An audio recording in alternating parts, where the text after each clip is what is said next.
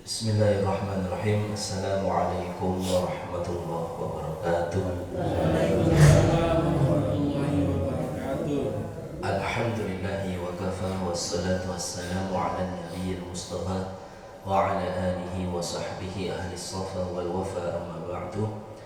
Bapak Ibu jamaah salat subuh Mushola Al-Ittihad yang kami hormati dan yang dirahmati Allah Subhanahu wa taala, kita bersyukur dan berselawat kepada Rasul sallallahu alaihi wasallam dengan mengucapkan alhamdulillah wassalatu wassalamu ala Rasulillah. Dalam surat Saba ayat 13 Allah berfirman, a'udzubillahi minasyaitonirrajim, bismillahirrahmanirrahim. Niki mboten diwaca lengkap ayatnya, tapi separuh terakhir niku unine i'malu ala Dawud syukra wa qalilum min ibadiyasy syakur. I'malu utawi bekerjalah atau beramallah atau berkegiatanlah, ala Dawud wahai keluarga Nabi Daud, syukra sebagai kesyukuran kepada Allah, wa qalilum min ibadiyasy syakur, dan hanya sedikit dari hamba-hambaku itu yang pandai bersyukur. Ayat ini tentang kesyukuran, yaitu ternyata dari ayat ini bisa kita pahami kesyukuran tidak cukup hanya dengan ucapan. Allah memerintahkan keluarga Nabi Daud untuk bergerak, bekerja dan beramal. Terus ditutup dengan kata-kata atau firman Allah yang perlu kita renungkan, yaitu wa qalilun min ibadiyasy syakur, dan hanya sedikit di antara hamba-hambaku yang pandai bersyukur seperti itu. Maksudnya dengan meningkatkan amal perbuatan dan ibadah. Mungkin dengan limpahan nikmat Allah kepada kita, nikmat iman, nikmat aman, sehat walafiat dan lain-lain, kita tidak hanya dapat bersyukur dengan ucapan, tapi juga dengan meningkatkan amal perbuatan dan ibadah. Allahumma amin.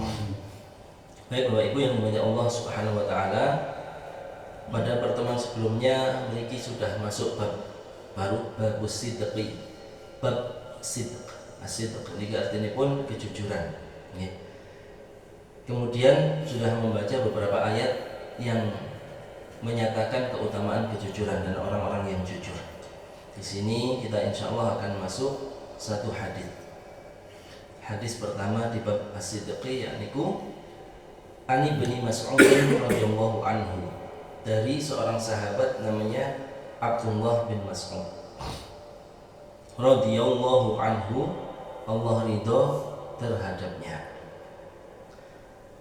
Nah, Abdullah bin Mas'ud iki Bapak Ibu gadah awak niku nun sewu kuru kunting, sehingga suatu ketika bajunya tersingkap kelihatan napa niki betisnya atau kentol. Betis niki kuru ngoten diguyu kalih sahabat-sahabat ingkang lintune, dikatakan apa cilik ngoten, awake cilik kering kok kering apa gunting niku. Terus sama Rasulullah SAW dikatakan kalau dua betis Abdullah bin Mas'ud itu ditimbang, kemudian timbangan satunya itu yang dibuat timbelnya niku gunung Uhud 2 kali lipat, masih beratan dua betisnya Abdullah bin Mas'ud karena keimanannya. Coba iman itu di akhirat nanti pemberat amal, pemberat timbangan. Dari situ para sahabat cek pun boten mantun, tidak berani membuli, merundung. Ini kan perundungan. Kalau terus lagi body shaming gitu. Itu menghina fisik. Ternyata Allah itu tidak memperhatikan fisik kita, tapi iman kita. Oke. Anin Nabi sallallahu alaihi wasallam. Dari Abdullah bin Mas'ud radhiyallahu anhu, dari Nabi Muhammad sallallahu alaihi wasallam. Dari ngaten iki dalam istilah ilmu hadis disebut sanad. Sanad itu silsilah. Nanti yang meriwayatkan ini adalah Imam Bukhari dan Imam Muslim. Imam Bukhari, Imam Muslim dari generasi sebelumnya. dari sebelumnya dari Abdul Mas'ud dari Rasulullah SAW. Ini namanya apa? Sanad. Sekarang itu sedang apa? Marak mencari sanad ngaji, sanad kitab. Misal niki ada Imam Nawawi. Nah, kula nate ngaji teng dosen kula riyen. Dosen kula niku nate ngaji kali gurune niku nate ngaji ngatamno kitab Arba'in Nawawi kali gurune terus sampai ke Imam Nawawi. Nah niku dados sanad. Itu silsilah keilmuan kata. Niku namanya apa? Sanad. Qala beliau bersabda, Innas sidqa yahdi ilal birri wa innal birra yahdi ilal jannah. Sesungguhnya as-sidqa niku sifat jujur niku yahdi ilal birri akan menggiring, menunjukkan dan menyampaikan cara mengatarno sampai tujuan. Pundi tujuan niku ilal birri nggih menika albir, kebaikan. Birrun sering kita kaitkan dengan walidain, birrul walidain. Nah, birrun niku napa? Birrun niku adalah ismun jami'un likulli khairin. Satu kata yang mencakup segala macam kebaikan niku birrun. Nah, yang orang yang baik disebut bar atau barrun atau barrun niku nama orangnya. Nggih. Di ayat Al-Qur'an wa barram biwalidayhi, dan dia barram. Itulah kenapa ini mirip nama bupati Mojokerto, Al-Barra. Niku ngene bar. Itu memang itu artinya apa? Berbakti. Jadi disebut bakti niku adalah segala macam kebaikan masuk kepada kata-kata albir niku birrun. Nggih. Orang-orang yang baik jamaknya abror. Kalau satu barrun atau barrun banyaknya abror. Niku abror. Nah, ternyata kejujuran niku akan mengantarkan seseorang ke segala macam kebaikan. Kejujuran akan mengantarkan seseorang sampai kepada sesuatu segala kebaikan. Contoh, Nabi kita Muhammad SAW itu seorang yang sangat jujur. Nah, Khadijah waktu pertama kali dengar nama Muhammad, dulu belum jadi Nabi, masih usia 25 tahun. Khadijah itu balaghaha sidquhu wa husnul khuluqihi wa amanatuhu. Sampailah kepada viral Nabi Muhammad masih pemuda ini viral di kalangan Mekah, betapa dia jujur, betapa dia amanah, betapa akhlaknya sangat baik. Mungkin akhirnya Khadijah ini penasaran, temen tahu niki. Akhirnya dicari tahu, diundang, terus diberi modal. Bisa minta tolong enggak? Sama tak kasih modal, nanti berdagang di negeri Syam, nanti balik ke Mekah saya opahi kalau bahasa Jawa, tak burui katanya. Sekian persen. Oke, siap. Nah, sudah berangkatlah Rasulullah beserta ajudannya Khadijah namanya Maisarah. Maisarah niki jaler nggih. Beda kalau di Indonesia, Maisarah niku istri. Kita Mbak Siti, biasanya Siti Maisarah. Ngono boleh. Niku terus singkat cerita, Rasulullah ini dengan izin Allah karena kejujurannya, keuntungannya itu bukan malah minus, tapi berlipat ganda. Tidak pernah sebelumnya Khadijah bekerja sama dengan seseorang yang keuntungannya itu berkali-kali lipat. Kalau tak dengan misal Rasulullah itu nyetor kepada Khadijah terus kong sama Maisarah, biasanya majikanmu lek untung piro? Sakmene. Oh iku 10 kali lipat iki, berarti lek dibalekno sakmene gak ketara ya. Boten ketara. Ya wis, kali kong ya bagi berdua iki sing iki. Bisa mboten? Misal datang Mekah niki Bu Khadijah. Ini modalnya, ini untungnya 100% untungnya. Wah, nggih matur nuwun. Bisa, tapi Rasulullah tidak mau ngentit sedikit pun. Ini hasilnya. Khadijah terkejut, ini mboten kuwi jenengan. Kok bisa untungnya? Biasanya itu 100%, kok ini 1000%. Ya, kejujuran. Akhirnya kembali ke hadis ini, kejujuran sekecil apapun akan mengantarkan seseorang kepada segala macam kebaikan. Rasulullah tidak hanya dapat upah, tapi dapat Khadijah.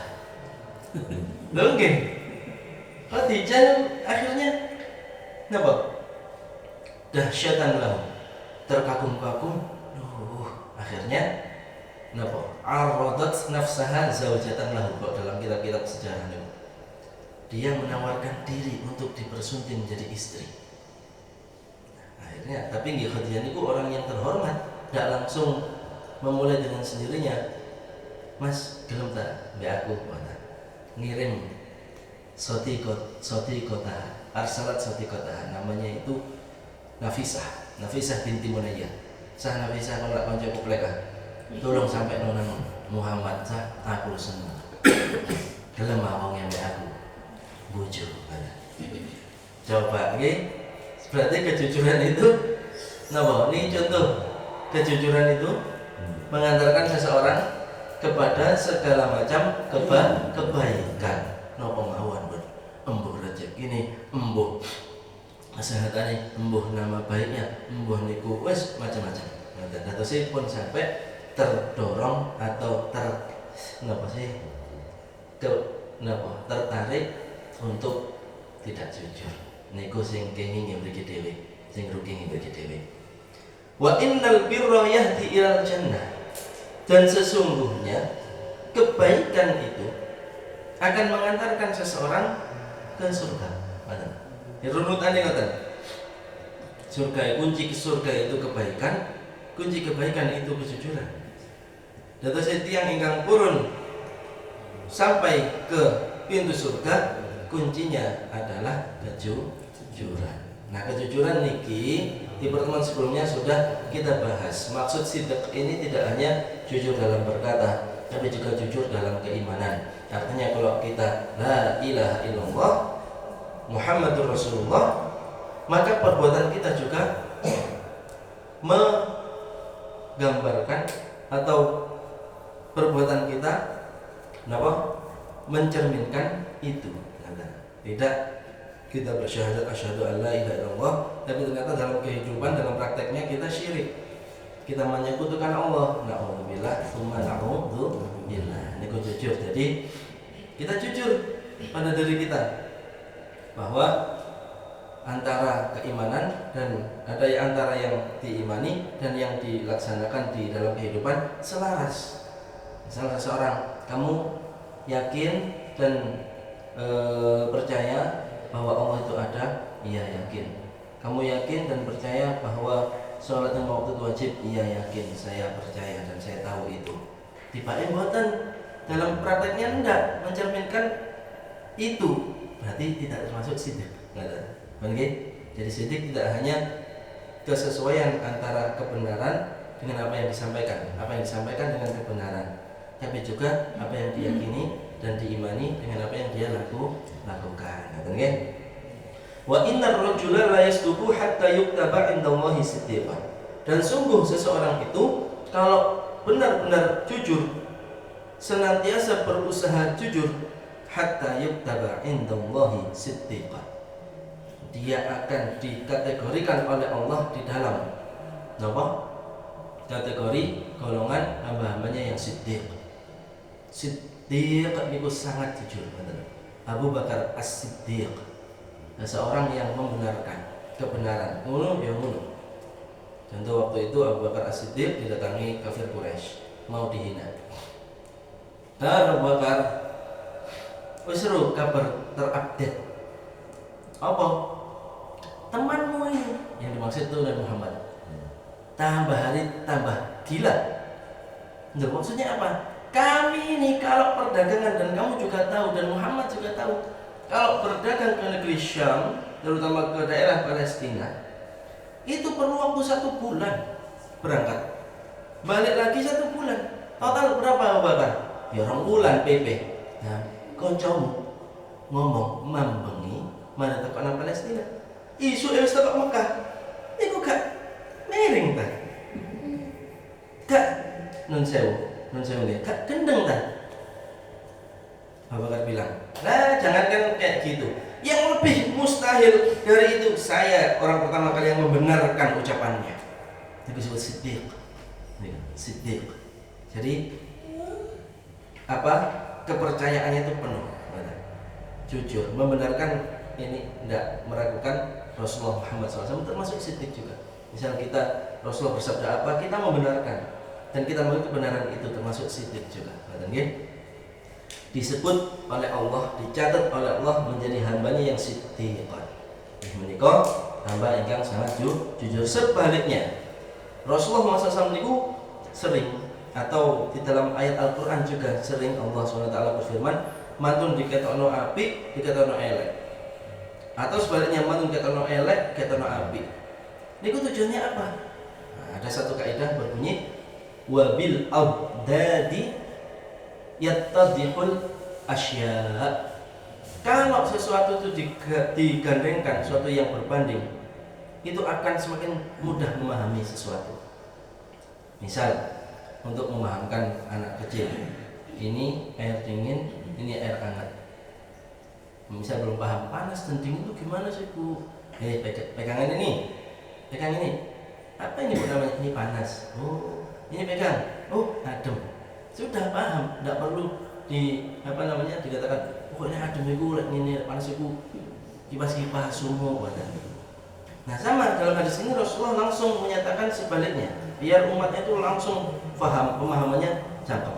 Wa innal kadhiba yahdi ilal fujur. Dan sungguh sebaliknya, kalau tadi siddiq niku jujur, innal kadhiba, kadhib niku lawan dari siddiq. Biju, dusta.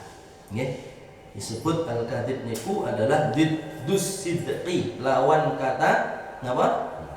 Siddiq. Yahdi ilal fujur. Mengeterakan. Yahdi niku memberi petunjuk, mengeterakan, yuwasil, menyampai, menghantarkan seseorang sampai kepada napa? Al-fujur. Napa al-fujur niku? Napa al-fujur niku? Al-a'mal as-sayyi'ah, lawanipun amal soleh.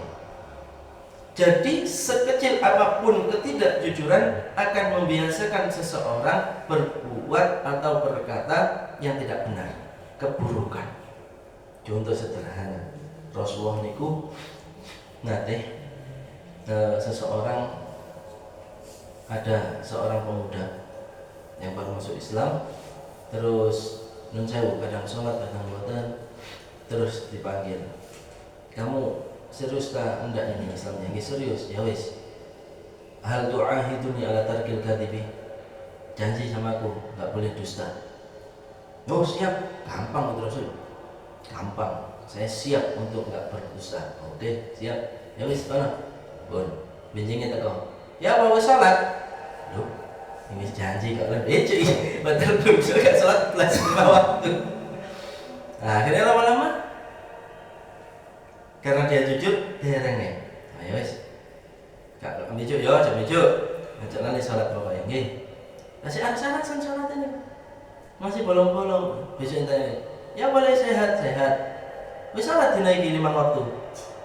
Wah, ditakoi terus. Wis janji kalau lebih bejuk akhirnya izin, lama-lama dia menghindari dusta, akhirnya berusaha jujur, izin, akhirnya dia sholat, akhirnya dia benar sholat. Jadi keburukan itu, kedustaan itu membuat seseorang bohong. Seandainya pemuda tadi tanya Rasulullah, dia itu ngapapun janji jujur tapi bejuk, contoh, padahal ini buatan ini contoh mawon. Ini sholat deh, sampun, padahal tereng, berarti bejuk. Nah, nanti sholat deh, mesti bejuk balik. Kalau seorang sudah berdusta akan menutupi kedustaannya dengan kedustaan yang lain. Nang di sholatmu, waduh, gih, tembrio, karo sopo, jamaah tak dewi, bejuk terus akhirnya, wuduin nanti, mari sembahyang dua tegak, tunggu, padahal boten, tunggu apa? Gih, Robbana, Atina, padahal boten, kak sholawat nang agamamu. Nggih, salat padahal mboten, lu bejuk terus. Pun nggih jelas nggih. Jadi al-kidab niku kedustaan. Yahdi ilal fujur, akan mengantarkan seorang terbiasa dusta berbuat keburukan. Dan yang mengenaskan, yang menyedihkannya itu disabdakan Nabi kita, wa innal fujura yahdi ilan nar. Dan keburukan itu apabila terus menerus tidak senantiasa dientas, tidak segera mentas, yahdi ilan nar. Mungkin ngeteraken tiange teng neraka. Kebalikan dari sidik tadi. Wa innar rajula la yakdzibu hatta yuktaba indallahi kadzaban. Yang mengkhawatirkan dan yang mengerikan adalah, dan sungguh seseorang itu jika terbiasa berdusta, nanti sama Allah dicap, wis iki hambaku pendusta. Nah, kita dicap tonggo, nek mawon mboten trimo. Mosok dicap Gusti Allah mriki anteng-anteng mawon nggih. Misal kita ini bukan zina. Seandainya ada seorang itu di lingkungannya sudah terkenal dengan seorang yang wong iki bijukan, wong iki jujur. Terus orang yang bijukan ini krungu. Kira-kira nek nopo? Diomongi mbek tonggo-tonggone, tibae ten wonge. Wonge iki piye nopo? Padahal iki asli bijukan, tapi krungu diomongno bijukan. Terima mboten? Nggih mboten. Padahal nggih mboten. Misal orang nun sewu ada sifat buruk, dan sifat buruk itu ada pada diri orang itu. Terus ndak sengaja lewat tiba-tiba tonggone ngomongaken niku padahal asli. Nggih enggak napa niku tidak mengada-ada. Kira-kira yang diomongin niku ya napa? Biasa mawon, seneng malah ada status atau goreng-goreng. Napa? Mangkel. Nggih. Niku padahal dicap menungso. Lah hadis ini Rasulullah SAW bersabda, yuktaba indallah. Gusti Allah sing ngecap. Oh iki hambaku iki anjen wis kadzab, bijukan. Nggih masuk mriki buatan mikir ngoten nggih. Nah, ini berarti kan hadis ini mengajarkan kita hidup itu harus napa sewu usikum nafsi. Ngeten niku lho nggih nuturi awak dhewe. Sering-sering menengok diri, ya Allah, aku iki nang di dalam pandangan Allah kira-kira dicap apa? Engko ndang ngarepe menungso tok dicap apik. Padahal di sisi Allah gak apik. Mek ditutupi tok aibe. Karena Allah kan menilai kita tidak hanya ketika di keramaian, ketika di kesunyian tidak ada siapa-siapa. Nah, itulah jati diri kita. Itulah kenapa sangat dianjurkan kalau malam bangun awal diusahakan ada ibadah yang kita sendiri, tidak ada orang yang melihat. Wana suniyam dalam hadis yang lain. Ketika orang lain itu tidur tidak melihatnya. Nah, kalau kita kesini sholat qobliyah semua lihat. Kalau kita kesini sholat ini, maksudnya, wah ini nanti nggak mau sholat ini nanti. Kalau ngomongin ini, wah sekarang mau sholat, ngomongin mulu itu sepi, nggak sholat ibadah. Maksudnya syiar Islam berjalan, kita meramaikan musola. Itu syiar Islam dianjurkan Rasulullah, harus jalan dari rumah ke sini. Itu menunjukkan keimanan. Tapi ada sisi, ada lain waktu, lain sisi yang kita hanya dengan Allah. Itu biar selaras. Awalnya ini, begini yang ini. Awalnya nyembah Gusti Allah, pas bareng-bareng nyembah Gusti Allah, pas sendirian juga nyembah Gusti Allah. Mboten pas ngeten tok, tiba-tiba ngebriyo. Mboten nyembah Gusti Allah. Ngaten nggih, jelas kita sih keselarasan antara ketika rame dan sepi. Ini nggih sithik. Keselarasan antara yang diucapkan dengan kenyataan, nggih sithik. Keselarasan antara apa yang diyakini dengan apa yang dia amalkan, nggih sithik. Dan sifat sebaliknya adalah kitab. Nah, dan itu kalau kita senantiasa berusaha menuju ke arah sidik, itu adalah upaya sehingga Allah niki mencatat bahwa iki hambaku wis naik 1% ini kesidikannya.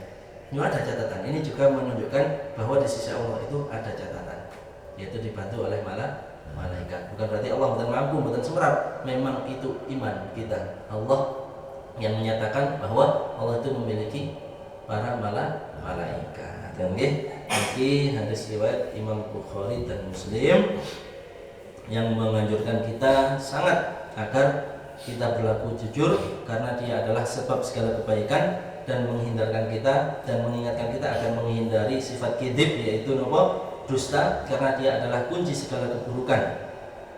Terus ini ada yang menarik sebelum ditutup, wa anna man ishtahara bi syai'in sahha yusafa bihi. barang siapa yang sudah ishtahara, sudah viral bisyai'in dengan sesuatu tertentu, sahha boleh an yusafa bihi disifati dengan itu. Niki sabda Rasulullah. Kalau orang senantiasa jujur, ya dia akan dapat cap di sisi Allah jujur, dan di kalangan manusia juga akan diketahui orang ini orang jujur. Jadi sudah yang nggak boleh itu merasani. Maksudnya itu di sini adalah orang dalam dirinya tahu orang ini, orang ini, orang ini. Bukan kalau bahasanya Kiai kula niku boleh membaca rapot, yang tidak boleh membacakan rapot.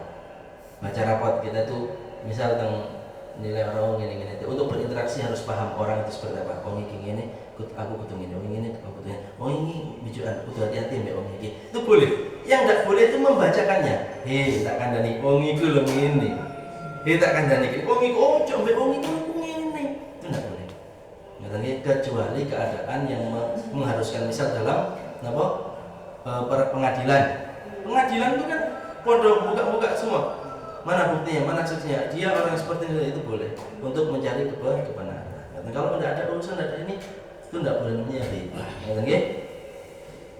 Kemudian pahala dan dosa niku kembali kepada apa yang dilakukan oleh manusia, baiknya atau buruknya. Juga yahdi ilal birri, yahdi ilal jannah, yahdi ilal fujur, yahdi ilal nar. Jannah surga, nar neraka. Kemudian akibat sidqi al jannah wa aqidul kadzib an-nar. Niku wow, pun nggih balasan bagi kejujuran itu surga, dan balasan atau akibat dari perbuatan kadzib atau dusta itu adalah neraka. Nggih. Asidku yakun bil qaul al-mutabiq lil waqi'. Kejujuran itu diantaranya adalah ucapan sesuai dengan kenyataan. Wa bil fi'li fi al-ahsani wajhin, dan juga melakukan sesuatu dengan sebaik-baiknya, dan integritas kalau dalam dunia kerja. Nggih. Kata mawon kang saged dipelajari njen menika kirang lebih punya ngapunten, mugi-mugi mriki tercatat di sisi Allah sebagai kategori siddiqan. Allahumma amin. Matur nuwun, nyuwun ngapunten. Assalamualaikum.